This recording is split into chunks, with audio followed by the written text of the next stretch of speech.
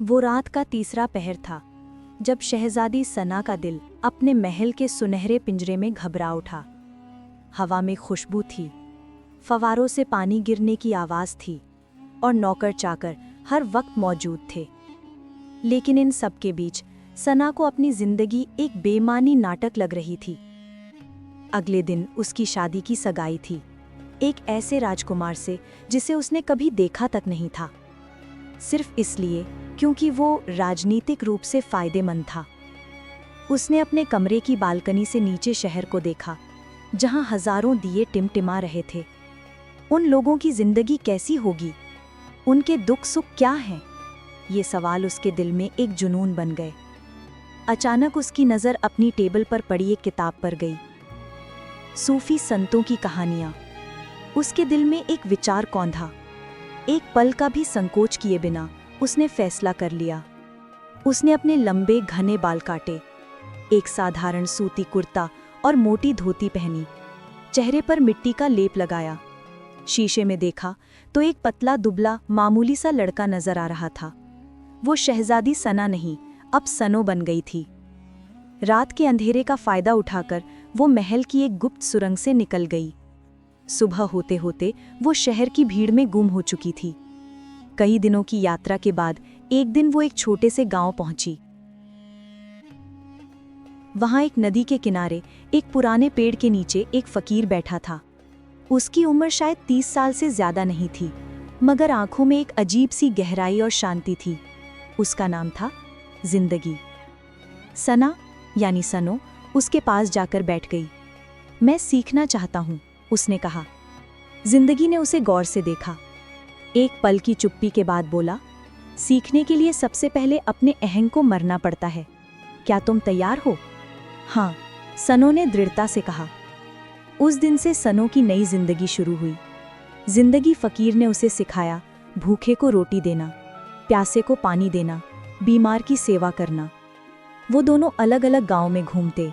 सनो अपनी बुद्धिमानी से लोगों की छोटी छोटी समस्याएं सुलझाती, किसी के झगड़े मिटाती तो किसी को सही सलाह देती। एक बार गांव में पानी का भयंकर संकट आया, कुएं सूख गए थे।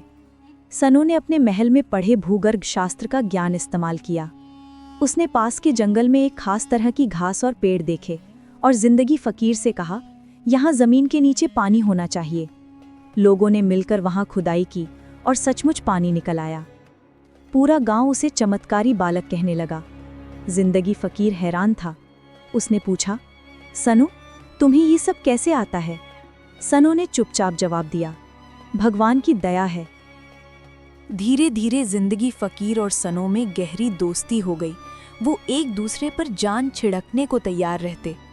एक बार सनो बीमार पड़ गई तो जिंदगी फकीर 3 दिन तक उसके सिरहाने बैठा रहा। लेकिन एक दिन तूफान आया। वो दोनों एक बाजार से गुजर रहे थे कि अचानक शाही सैनिकों का एक दल वहां आ पहुंचा। उनके साथ था वजीर जमाल, वो बूढ़ा और चालाक मंत्री जिसने सना के पिता को हमेशा गलत सलाह दी थी।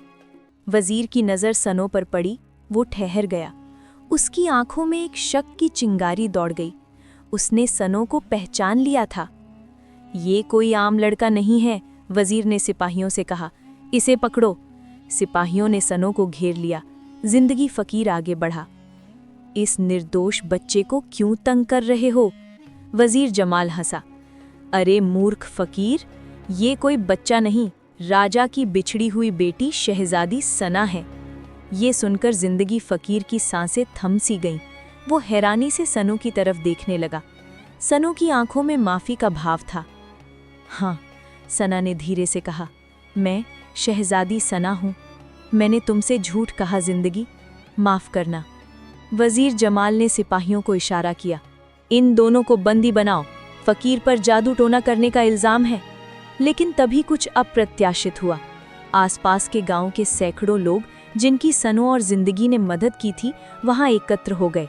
एक बूढ़ा आगे बढ़ा, हम इन दोनों को नहीं ले जाने देंगे। ये फकीर और ये बच्चा हमारे मसीहा हैं। वजीर डर गया। उसने देखा कि हालात उसके काबू से बाहर हो रहे हैं। वो बिना लड़े ही वापस चला गया। जब सब चले गए तो जिंदगी और सना अकेले रह गए। एक लंबी चुप्पी के बाद जिंदगी बोला, तुम मुझसे क्यों नाराज नहीं? मैंने तुमसे झूठ कहा?